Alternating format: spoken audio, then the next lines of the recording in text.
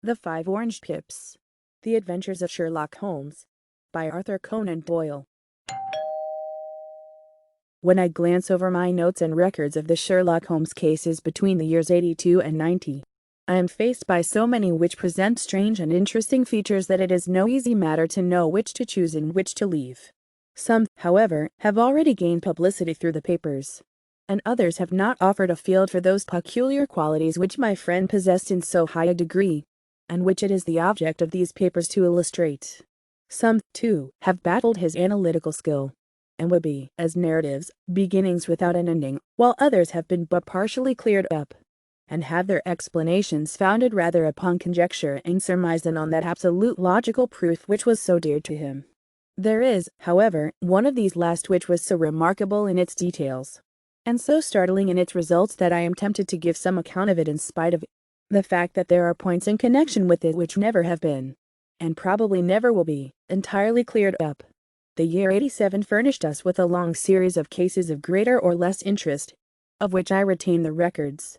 Among my headings under this one, 12 months, I find an account of the adventure of the Paradiddle Chamber, of the amateur mendicant society, who held a luxurious club in the lower vault of a furniture warehouse, of the facts connected with the loss of the British bark Sophie Anderson, of the singular adventures of the Grice Pitchersons in tea, and finally of the Camberwell poisoning case. In the latter, as may be remembered, Sherlock Holmes was able, by winding up the dead man's watch, to prove that it had been wound up 2 hours before, and that therefore the deceased had gone to bed within that time, a deduction which was of the greatest importance in clearing up the case.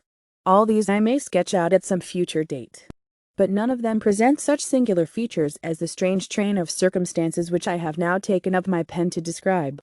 It was in the latter days of September, and the equinoctial gales had set in with exceptional violence. All day the wind had screamed and the rain had beaten against the windows, so that even here in the heart of great, handmade London we were forced to raise our minds for the instant from the routine of life, and to recognize the presence of those great elemental forces which shriek at mankind through the bars of his civilization, like untamed beasts in a cage. As evening drew in, the storm grew higher and louder, and the wind cried and sobbed like a child in the chimney. Sherlock Holmes sat moodily at one side of the fireplace, cross-indexing his records of crime, while I at the other was deep in one of Clark Russell's fine sea stories until the howl of the gale from without seemed to blend with the text, and the splash of the rain to lengthen out into the long swash of the sea waves. My wife was on a visit to her mother's, and for a few days I was a dweller once more in my old quarters at Baker Street. "Why," said I, glancing up at my companion, "that was surely the bell. Who could come tonight?" "Some friend of yours, perhaps?" "Except yourself I have none," he answered. "I do not encourage visitors." "A client, then?" "If so, it is a serious case. Nothing less would bring a man out on such a day and at such an hour. But I take it that it is more likely to be some crony of the landlady's." Sherlock Holmes was wrong in his conjecture, however, for there came a step in the passage and a tapping at the door. He stretched out his long arm to turn the lamp away from himself and towards the vacant chair upon which a newcomer must sit. "Come in," said he. The man who entered was young, some 22 at the outside, well-groomed and trimly clad, with something of refinement and delicacy in his bearing. The streaming umbrella which he held in his hand, and his long shining waterproof, told of the fierce weather through which he had come. He looked about him anxiously in the glare of the lamp, and I could see that his face was pale and his eyes heavy, like those of a man who is weighed down with some great anxiety. "I owe you an apology," he said, raising his golden pince-nez to his eyes. "I trust that I am not intruding. I fear that I have brought some traces of the storm and rain into your snug chamber." "Give me your coat and umbrella," said Holmes. "They may rest here on the hook and will be dry presently. You have come up from the southwest, I see." "Yes, from Horsham. That clay and chalk mixture which I see upon your toe caps is quite distinctive. I have come for advice." "That is easily got." "And help." "That is not always so easy." "I have heard of you, Mr. Holmes. I heard from Major Prendergast how you saved him in the Tankerville Club scandal." "Ah, of course. He was wrongfully accused of cheating at cards. He said that you could solve anything." "He said too much." "That you are never beaten." "I have been beaten 3 times by men, and once by women. But what is that compared with the number of your successes?" "It is true that I have been generally successful." "Then you may be so with me." I beg that you will draw your chair up to the fire and favor me with some details as to your case. It is no ordinary one. None of those which come to me are. I am the last court of appeal. And yet I question, sir, whether, in all your experience, you have ever listened to a more mysterious and inexplicable chain of events than those which have happened in my own family. You fill me with interest, said Holmes. Pray give us the essential facts from the commencement, and I can afterwards question you as to those details which seem to me to be most important. The young man pulled his chair up and pushed his wet feet out towards the blaze. My name, said he, is John Openshaw. But my own affairs have, as far as I can understand, little to do with this awful business. It is a hereditary matter. So in order to give you an idea of the facts, I must go back to the commencement of the affair. You must know that my grandfather had two sons, my uncle Elias and my father Joseph. My father had a small factory at Coventry, which he enlarged at the time of the invention of bicycling. He was a patentee of the Openshaw unbreakable tire, and his business met with such success that he was able to sell it and to retire upon a handsome competence. My uncle Elias emigrated to America when he was a young man and became a planter in Florida, where he was reported to have done very well. At the time of the war he fought in Jackson's army, and afterwards under Hood, where he rose to be a colonel. When Lee laid down his arms, my uncle returned to his plantation, where he remained for 3 or 4 years. About 1869 or 1870 he came back to Europe and took a small estate in Sussex, near Horsham. He had made a very considerable fortune in the States, and his reason for leaving them was his aversion to the Negroes, and his dislike of the Republican policy in extending the franchise to them. He was a singular man, fierce and quick-tempered, very foul-mouthed when he was angry, and of a most retiring disposition. During all the years that he lived at Horsham, I doubt if ever he set foot in the town. He had a garden and 2 or 3 fields round his house, and there he would take his exercise, though very often for weeks on end he would never leave his room. He drank a great deal of brandy and smoked very heavily, but he would see no society and did not want any friends, not even his own brother. He didn't mind me. In fact, he took a fancy to me, for at the time when he saw me first I was a youngster of 12 or so. This would be in the year 1878, after he had been 8 or 9 years in England. He begged my father to let me live with him, and he was very kind to me in his way. When he was sober he used to be fond of playing backgammon and draughts with me, and he would make me his representative both with the servants and with the tradespeople, so that by the time that I was 16 I was quite master of the house. I kept all the keys and could go where I liked and do what I liked, so long as I did not disturb him in his privacy. There was one singular exception, however, for he had a single room, a lumber room up among the attics, which was invariably locked, and which he would never permit either me or anyone else to enter. With a boy's curiosity I have peeped through the keyhole, but I was never able to see more than such a collection of old trunks and bundles as would be expected in such a room. One day, it was in March, 1883, a letter with a foreign stamp lay upon the table in front of the colonel's plate. It was not a common thing for him to receive letters, for his bills were all paid in ready money, and he had no friends of any sort. From India, said he as he took it up, upon a sherry postmark. What can this be? Opening it hurriedly, out there jumped 5 little dried orange pips, which pattered down upon his plate. I began to laugh at this, but the laugh was struck from my lips at the sight of his face. His lip had fallen, his eyes were protruding, his skin the color of putty, and he glared at the envelope which he still held in his trembling hand. K, he shrieked. And then, my God, my sins have overtaken me. What is it, uncle? I cried. Death, said he, and rising from the table he retired to his room, leaving me palpitating with horror. I took up the envelope and saw scrawled in red ink upon the inner flap, just above the gum, the letter K 3 times repeated. There was nothing else save the 5 dried pips. What could be the reason of his overpowering terror?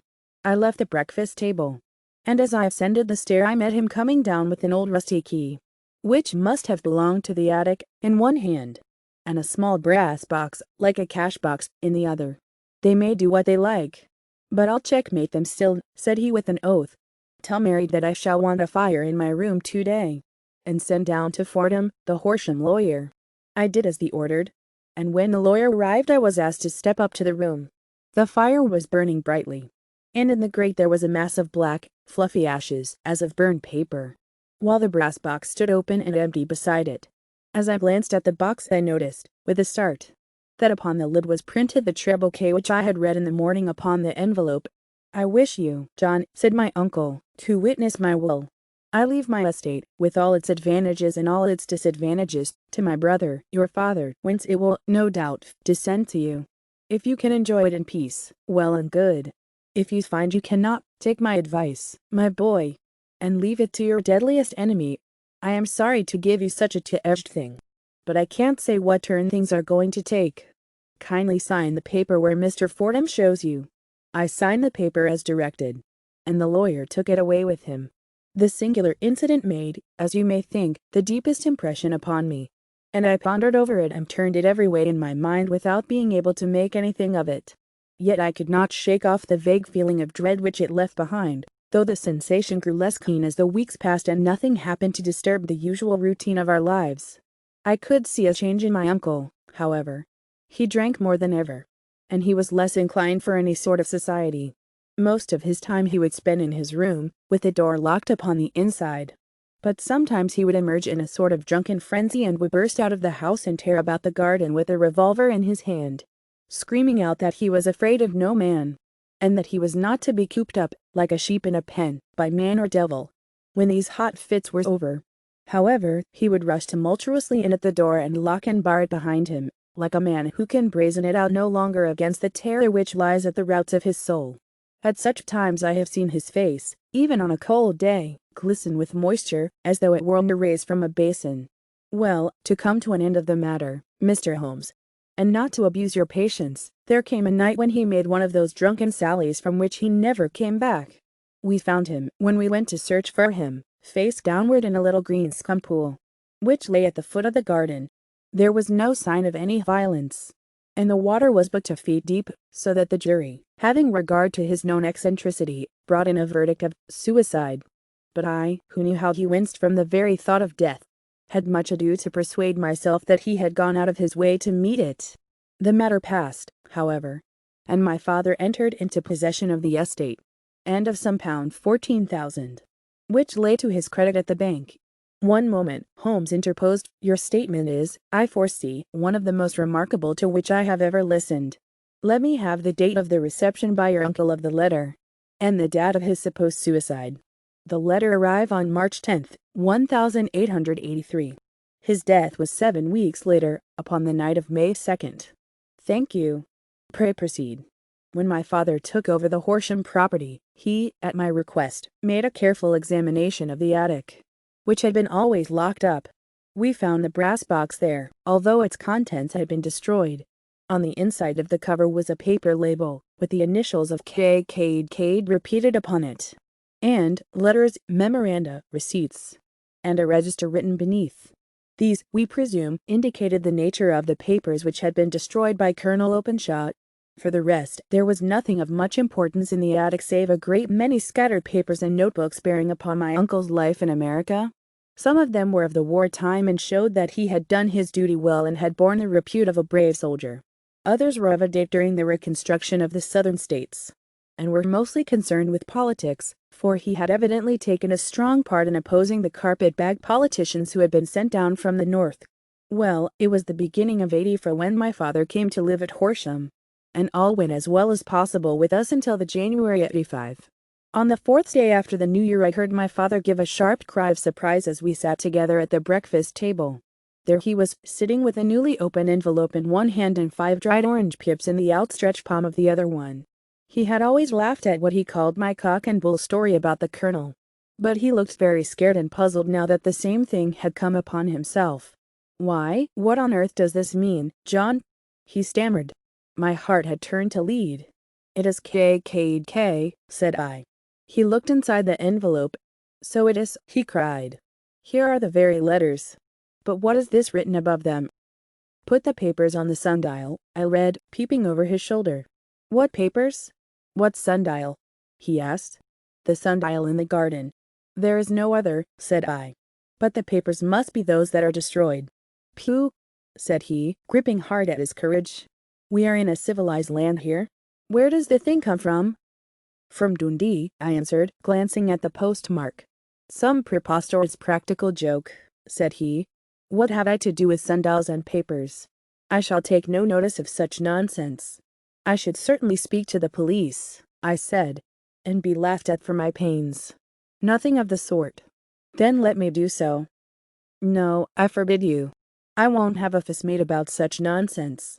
It was in vain to argue with him, for he was a very obstinate man. I went about, however, with a heart which was full of forebodings. On the third day after the coming of the letter, my father went from home to visit an old friend of his, Major Freebody, who is in command of one of the forts upon Portsdown Hill. I was glad that he should go, for it seemed to me that he was farther from danger when he was away from home. In that, however, I was in error. Upon the second day of his absence I received a telegram from the Major, imploring me to come at once. My father had fallen over one of the deep chalk pits which abound in the neighborhood, and was lying senseless, with a shattered skull. I hurried to him, but he passed away without having ever recovered his consciousness. He had, as it appears, been returning from Fareham in the twilight, and as the country was unknown to him, and the chalk pit unfenced, the jury had no hesitation in bringing in a verdict of death from accidental causes. Carefully as I examined every fact connected with his death, I was unable to find anything which could suggest the idea of murder. There were no signs of violence, no footmarks, no robbery, no record of strangers having been seen upon the roads. And yet I need not tell you that my mind was far from at ease, and that I was well nigh certain that some foul plot had been woven round him. In this sinister I answer, because I was well convinced that our troubles were in some way dependent upon an incident. You will ask me why I did not dispose of it. Where I came into my inheritance. In this sinister way I came into my inheritance. You will ask me why I did not dispose of it. I answer, because I was well convinced that our troubles were in some way dependent upon an incident in my uncle's life, and that the danger would be as pressing in one house as in another. It was in January, '85, that my poor father met his end, and 2 years and 8 months have elapsed since then. During that time I have lived happily at Horsham, and I had begun to hope that this curse had passed away from the family, and that it had ended with the last generation. I had begun to take comfort too soon, however. Yesterday morning the blow fell in the very shape in which it had come upon my father. The young man took from his waistcoat a crumpled envelope, and turning to the table he shook out upon it 5 little dried orange pips. This is the envelope, he continued. The postmark is London Eastern Division. Within are the very words which were upon my father's last message, K. And then, put the papers on the sundial. What have you done? Asked Holmes. Nothing. Nothing? To tell the truth, he sank his face into its thin, white hands. I have felt helpless. I have felt like one of those poor rabbits when the snake is writhing towards it. I seem to be in the grasp of some resistless, inexorable evil, which no foresight and no precautions can guard against. Tut, tut, cried Sherlock Holmes. You must act, man, or you are lost. Nothing but energy can save you. This is no time for despair. I have seen the police. Ah, but they listen to my story with a smile. I am convinced that the inspector has formed the opinion that the letters are all practical jokes, and that the deaths of my relations were really accidents, as the jury stated, and were not to be connected with the warnings. Holmes shook his clenched hands in the air. Incredible imbecility, he cried. They have, however, allowed me a policeman who may remain in the house with me. Has he come with you tonight? No. His orders were to stay in the house. Again Holmes raised in the air. Why did you come to me? He said, and, above all, why did you not come at once? I did not know. It was only today that I spoke to Major Prendergast about my troubles and was advised by him to come to you. It is really today since you had the letter. We should have acted before this. You have no further evidence, I suppose, than that which you have placed before us, no suggestive detail which might help us.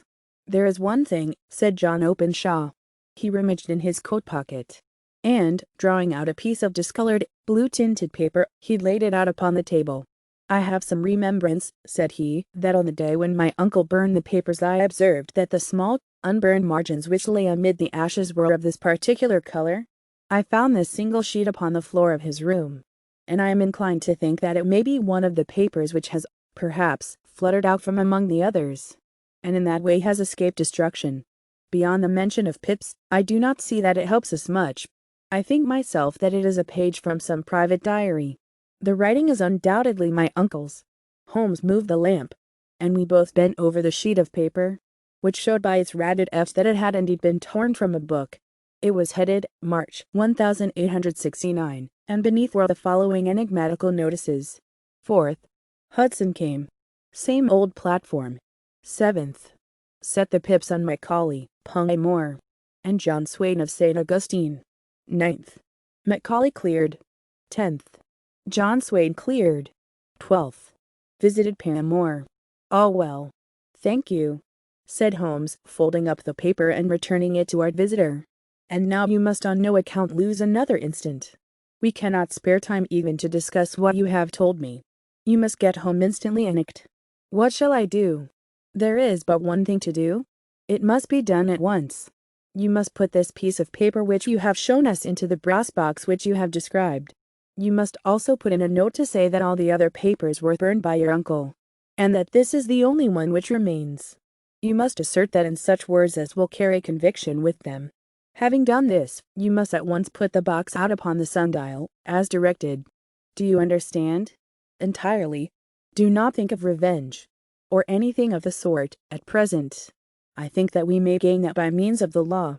But we have our web to weave, while theirs is already woven. The first consideration is to remove the pressing danger which threatens you. The second is to clear up the mystery and to punish the guilty parties. I thank you, said the young man, rising and pulling on his overcoat. You have given me fresh life and hope. I shall certainly do as you advise. Do not lose an instant. And, above all, take care of yourself in the meanwhile, for I do not think that there can be a doubt that you are threatened by a very real and imminent danger. How do you go back? By train from Waterloo. It is not yet 9. The streets will be crowded, so I trust that you may be in safety. And yet you cannot guard yourself too closely. I am armed. That is well. Tomorrow I shall set to work upon your case. I shall see you at Horsham, then. No, your secret lies in London. It is there that I shall seek it. Then I shall call upon you in a day, or in 2 days, with news as to the box and the papers. I shall take your advice in every particular. He shook hands with us and took his leave. Outside the wind still screamed and the rain splashed and pattered against the windows. This strange, wild story seemed to have come to us from amid the mad elements blown in upon us like a sheet of seaweed in a gale, and now to have been reabsorbed by them once more. Sherlock Holmes sat for some time in silence, with his head sunk forward and his eyes bent upon the red glow of the fire. Then he lit his pipe, and leaning back in his chair he watched the blue smoke rings as they chased each other up to the ceiling. I think, Watson, he remarked at last, that of all our cases we have been none more fantastic than this. Save, perhaps, the sign of 4. Well, yes. Save, perhaps, that. And yet this John Openshaw seems to me to be walking amid even greater perils than did the Sholtos. But have you, I asked, formed any definite conception as to what these perils are? There can be no question as to their nature, he answered. Then what are they? Who is this K, and why does he pursue this unhappy family? Sherlock Holmes closed his eyes and placed his elbows upon the arms of his chair, with his fingertips together. The ideal reasoner, he remarked, would, when he had once been shown a single fact in all its bearings, deduce from it not only all the chain of events which led up to it but also all the results which would follow from it. As Cuvier could correctly describe a whole animal by the contemplation of a single bone, so the observer who has thoroughly understood one link in a series of incidents should be able to accurately state all the other ones, both before and after. We have not yet grasped the results which the reason alone can attain to. Problems may be solved in this study which have baffled all those who have sought a solution by the aid of their senses. To carry the art, however, to its highest pitch, it is necessary that the reasoner should be able to utilize all the facts which have come to his knowledge. And this in itself implies, as you will readily see, a possession of all knowledge, which, even in these days of free education and encyclopedias, is a somewhat rare accomplishment. It is not so impossible, however, that a man should possess all knowledge which is likely to be useful to him in his work, and this I have endeavored in my case to do. If I remember rightly, you on one occasion, in the early days of our friendship, defined my limits in a very precise fashion. Yes, I answered, laughing. It was a singular document. Philosophy, astronomy, and politics were marked at 0, I remember. Botany variable, geology profound as regards the mud stains from any region within 50 miles of town. Chemistry eccentric. Anatomy unsystematic, sensational literature and crime records unique, violin player, boxer, swordsman, lawyer, and self-poisoner by cocaine and tobacco.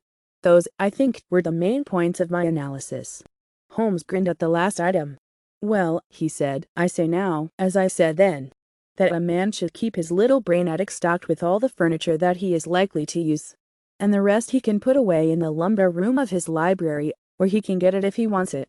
Now, for such a case as the one which has been submitted to us tonight, we need certainly to muster all our resources. Kindly hand me down the letter K of the American Encyclopedia which stands upon the shelf beside you. Thank you. Now let us consider the situation and see what may be deduced from it. In the first place, we may start with the strong presumption that Colonel Openshaw had some very strong reason for leaving America. Men at his time of life do not change all their habits and exchange willingly the charming climate of Florida for the lonely life of an English provincial town. His extreme love of solitude in England suggests the idea that he was in fear of someone or something. So we may assume as a working hypothesis that it was fear of someone or something which drove him from America. As to what it was he feared, we can only deduce that by considering the formidable letters which were received by himself and his successors. Did you remark the postmarks of those letters?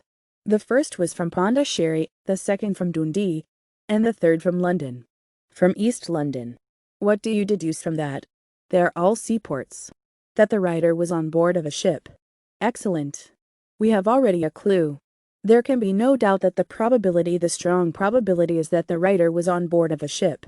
And now let us consider another point. In the case of Pondicherry, 7 weeks elapsed between the threat and its fulfillment. In Dundee it was only some 3 or 4 days. Does that suggest anything? A greater distance to travel. But the letter had also a greater distance to come. Then I do not see the point. There is at least a presumption that the vessel in which the man or men are is a sailing ship. It looks as if they always send their singular warning or token before them when starting upon their mission. You see how quickly the deed followed the sign when it came from Dundee. If they had come from Pondicherry in a steamer they would have arrived almost as soon as their letter. But, as a matter of fact, 7 weeks elapsed. I think that those 7 weeks represented the difference between the mailboat which brought the letter and the sailing vessel which brought the writer. It is possible. More than that. It is probable. And now you see the deadly urgency of this new case. And why I urge young Openshaw to caution. The blow has always fallen at the end of the time which it would take the senders to travel the distance. But this one comes from London. And therefore we cannot count upon delay. Good God! I cried. What can it mean? This relentless persecution.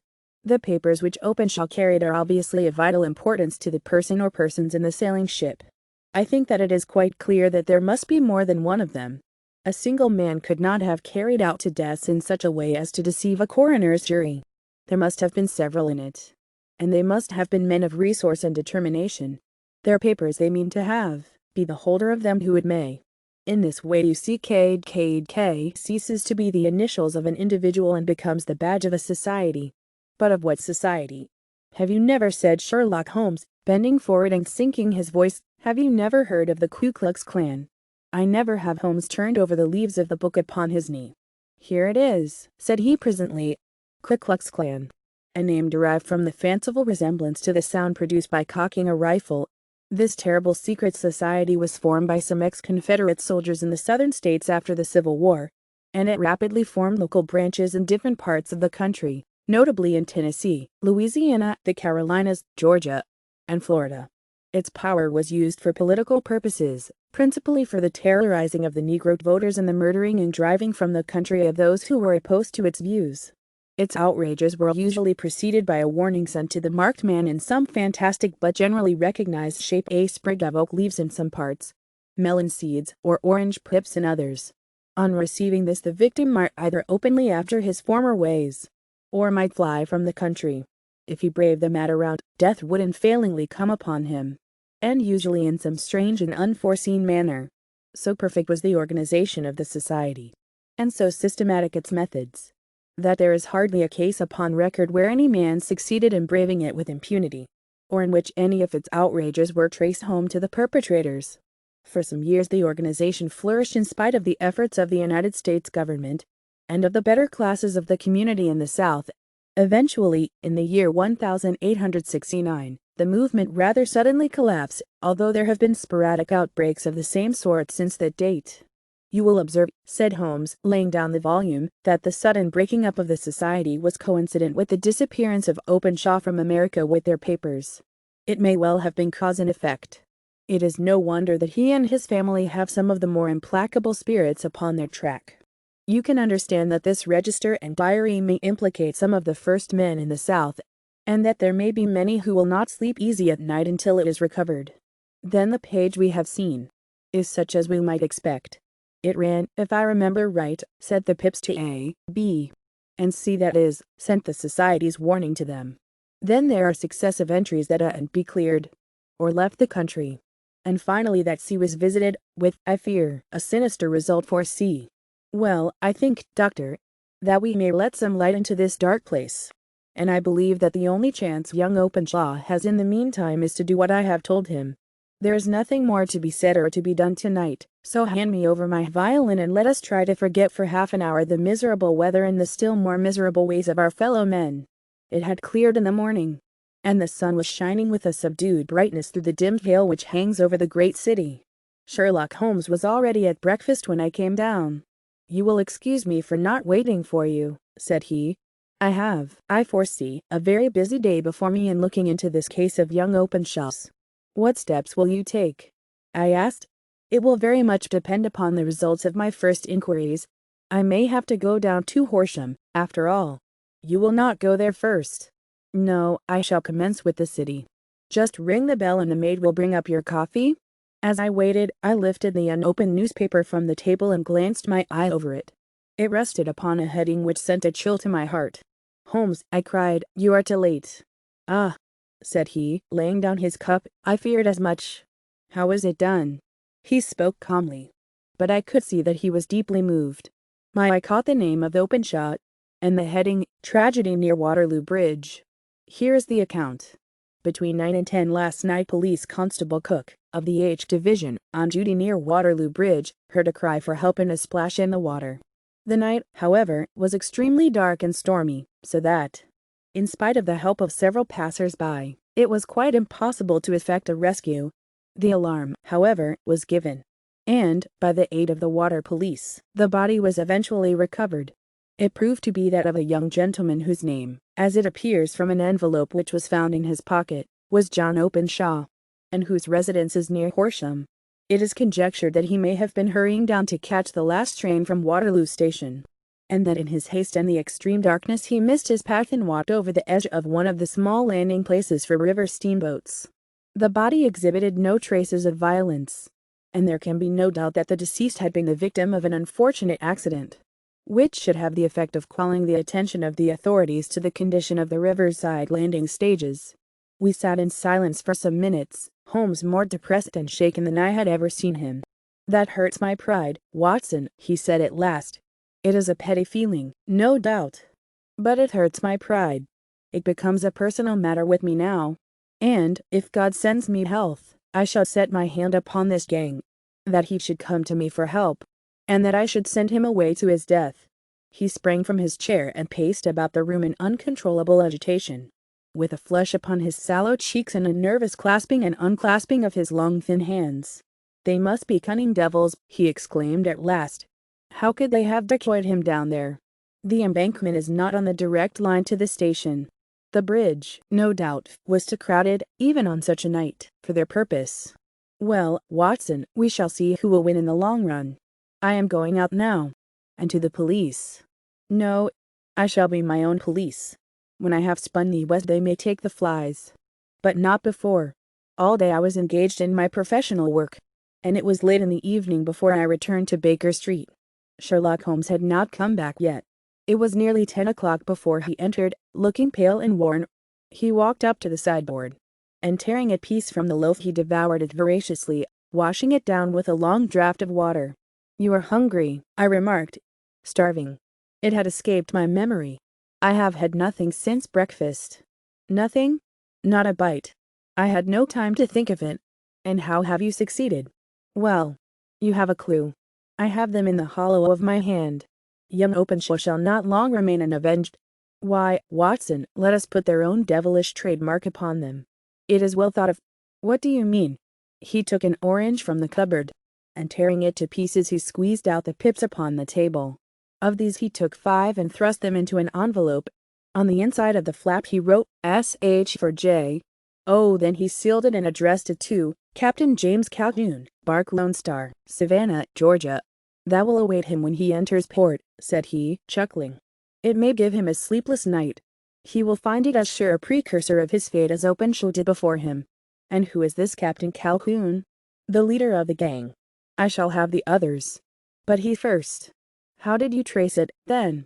He took a large sheet of paper from his pocket, all covered with dates and names.